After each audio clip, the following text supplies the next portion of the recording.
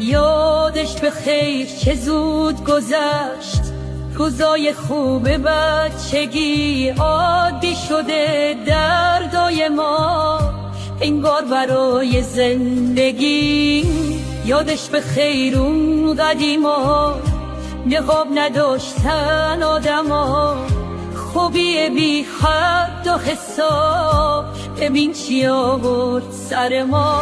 رقص بشینه دنیای ما، شکستن همیشگی، به من که خستم از خودم، امید نده به زندگی.